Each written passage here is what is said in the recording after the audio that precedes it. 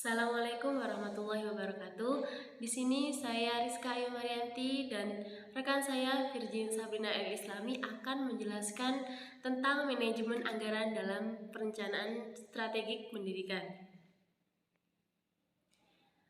Yang kami bahas dalam makalah kami yakni ada 4 rumusan masalah. Yang pertama adalah pengertian manajemen anggaran pendidikan, yang kedua adalah prinsip-prinsip manajemen anggaran dalam perencanaan strategik pendidikan, yang ketiga adalah sumber-sumber anggaran, yang keempat adalah proses pengelolaan manajemen anggaran dalam perencanaan strategik pendidikan.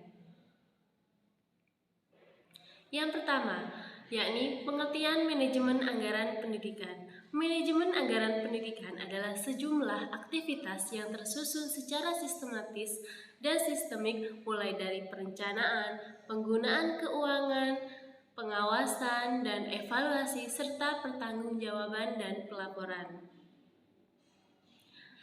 Dalam Undang-Undang Nomor 20 Tahun 2003 tentang Sistem Pendidikan Nasional sudah dijelaskan mengenai pengelolaan dana pendidikan itu terbagi menjadi beberapa prinsip, yakni prinsip transparansi, akuntabilitas, efektivitas, dan efisiensi. Selanjutnya, rumusan masalah yang kedua yakni kita membahas tentang prinsip-prinsip manajemen anggaran. Di sini ada 4 prinsip manajemen anggaran. Yang pertama adalah transparansi. Baik, yang pertama di sini adalah transparansi. Transparansi sendiri di sini merupakan keterbukaan. Jadi, dalam manajemen anggaran pendidikan ya berarti adanya suatu keterbukaan dalam mengelola suatu kegiatan di dalam lembaga pendidikan. Dengan adanya prinsip transparansi ini, sumber keuangan dan jumlahnya serta rinciannya itu bisa dilakukan secara terbuka. Selanjutnya, akuntabilitas.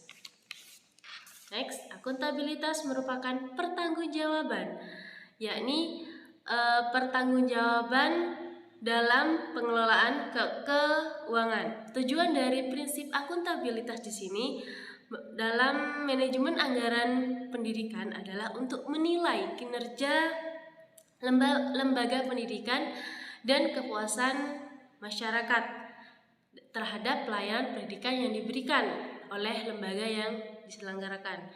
Yang ketiga adalah efektivitas. Efektivitas ini seringkali diartikan sebagai pencapaian tujuan suatu organisasi atau lembaga pendidikan.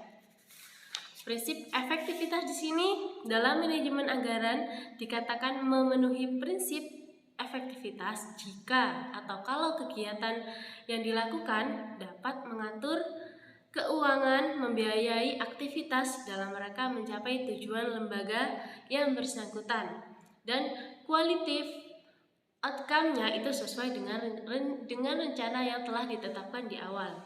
Selanjutnya, prinsip efisiensi.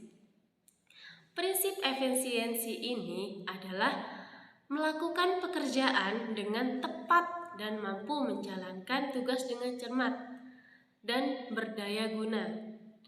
Efisiensi dalam manajemen anggaran dalam perencanaan strategi pendidikan juga mengacu pada perbandingan antara input atau sumber daya dengan outputnya. Sehingga di sini suatu kegiatan dikatakan efisiensi bila tujuan dapat dicapai secara optimal dengan penggunaan atau pemakaian sumber daya yang minimal. Begitulah penjelasan dari prinsip-prinsip manajemen anggaran. Di sini saya akan melanjutkan pembahasan mengenai manajemen anggaran dalam perencanaan strategi pendidikan. Nah, di sini saya masuk ke rumusan masalah yang ketiga, yakni sumber-sumber anggaran. Dalam sumber-sumber anggaran ini sudah diatur dalam Undang-Undang Nomor 20 Tahun 2003, Pasal 46 Ayat 1, menyatakan bahwa pendanaan pendidikan ini menjadikan tanggung jawab bersama antara pemerintahan daerah, dan masyarakat. Nah, dalam sumber-sumber anggaran di sini dibagi menjadi 3, yakni ada pemerintahan pusat atau daerah, orang tua siswa maupun masyarakat. Nah, kemudian dalam pemerintahan pusat atau pemerintahan daerah ini, sumber-sumber anggaran ini ditentukan berdasarkan kebijakan dari pemerintahan itu sendiri. Nah, jadi dalam pemerintahan ini tidak hanya berupa uang, tapi bisa berupa sarana dan prasarana maupun buku.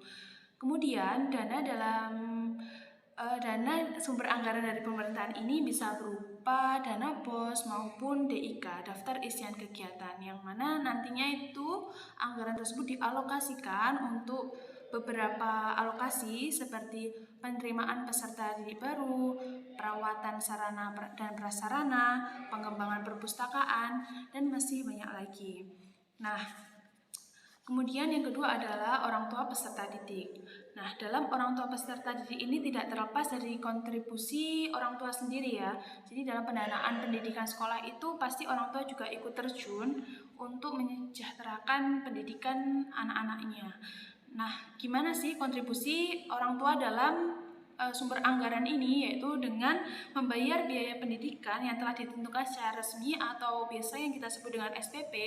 Ada juga membayar sumbangan untuk membangun fasilitas seperti masjid, perpus, dan lain sebagainya, atau kita bisa menyebutnya dengan uang gedung. Kemudian juga membeli perlengkapan seperti buku maupun seragam itu merupakan kontribusi dari orang tua peserta didik masing-masing. Yang ketiga ada masyarakat. Nah, di masyarakat ini juga tidak terlepas ya kita sumber anggarannya dari masyarakat. Nah, di masyarakat ini sumber anggarannya seperti sukarela, yang mana sebagai wujud kepedulian masyarakat terhadap kemajuan pendidikan yang ada di daerahnya. Ya, yang keempat ada sumber dana dari alumni. Nah, dari alumni ini sumber dana ini untuk meningkatkan mutu sekolah, tidak selalu dalam bentuk uang, tapi misalnya dalam bentuk buku-buku atau alat dan perlengkapan belajar lainnya.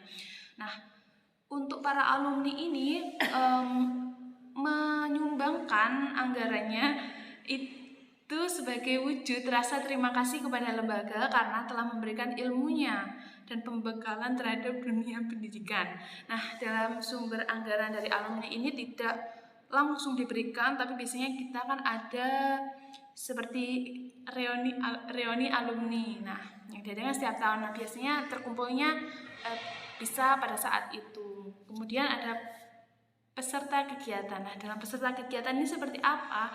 Nah, pastinya kita dalam sekolah itu juga ada kegiatan-kegiatan yang berasal dari sekolahan, yang merupakan pendanaan yang bersumber dari kegiatan-kegiatan yang diselenggarakan pihak sekolah.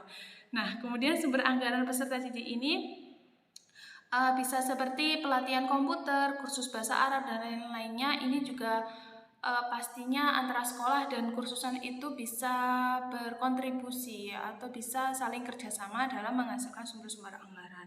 Kemudian yang terakhir ada kewirausahaan. Nah, dalam kewirausahaan ini sekolah ini mengembangkan usaha untuk meningkatkan dari aspek pembiayaan, seperti misalnya koperasi, bazar, tahunan, atau usaha fotokopi, yang mana nantinya hasil atau keuntungannya bisa masuk ke dalam anggaran sekolah.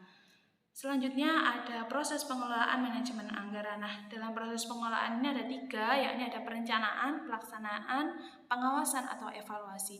Nah, dalam perencanaan ini merupakan kegiatan untuk merencanakan sumber dana yang ada dan menggunakannya untuk menunjang kegiatan pendidikan sekolah. Nah, kemudian dalam perencanaan ini pendidikan itu dimulai, biasanya kita rapat bersama antara kepala sekolah dan mengundang guru atau staf-staf lainnya. Kemudian hasil rapat tersebut itu akan dirangkum dalam rencana anggaran pendidikan belanja sekolah atau yang biasanya kita sebut dengan RAPBS, yang mana kemudian dalam proses perencanaan keuangan ini tidak luput dari suatu kendala. Nah, untuk mengatasi kendala tersebut, biasanya kepala sekolah ini menggunakan skala prioritas, yang mana skala prioritas ini kepala sekolah akan memisahkan antara kebutuhan yang mendesak dan itu akan didahulukan. Selanjutnya ada pelaksanaan anggaran. Di sini pelaksanaan anggaran merupakan tahap di mana sumber dana itu digunakan untuk melaksanakan kebijakan anggaran. Nah, setelah kita menyusun rencana, pasti kita ada pelaksanaannya. Dalam pelaksanaan ini ada 2 sisi, yaitu penerimaan dan pengeluaran. Yang mana biasanya dalam suatu sekolah pelaksanaan itu dilakukan oleh bendahara. bendahara sekolah dalam sistem satu pintu, yakni bendahara menyusun anggaran dan diketahui oleh kepala sekolah. Kemudian dalam pelaksanaan anggaran ini juga dana yang dikeluarkan harus sesuai dengan rencana-rencana yang telah disepakati, ataupun jika ada program tambahan maka harus ada pihak yang bertanggung jawab dalam pelaksanaan kegiatan tersebut. Nah, yang terakhir ada pengawasan atau evaluasi, yakni untuk mengetahui sampai di mana tingkat keefektivitas dan efisiensi dari sumber dana yang tersedia. Nah, pastinya dalam kita melaksanakan pengelolaan manajemen anggaran itu harus ada evaluasi dan pengawasan. Nah, dalam evaluasi ini bertujuan untuk mengukur, membandingkan maupun menilai alokasi biaya dan tingkat penggunaannya. Dalam proses pengawasan ini juga terdapat 3 pokok pembahasan, yakni untuk memantau, menilai, dan melaporkan hasil-hasil dari pengeluaran tersebut.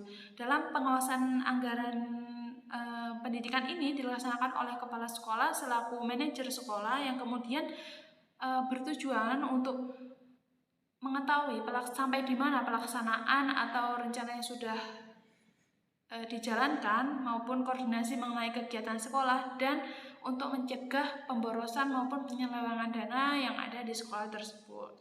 Untuk tahap evaluasi anggaran, ini untuk melihat seberapa efektivitas anggaran dalam berbagai kegiatan dan aktivitas yang ada. Nah, untuk evaluasi ini sendiri itu untuk menganalisis hasil untuk melakukan perbaikan dalam anggaran pada periode berikutnya.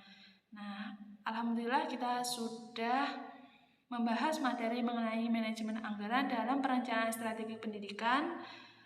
Terima kasih sudah memperhatikan materi dari kami. Apabila ada pertanyaan, nanti kita bisa diskusi dalam kelas.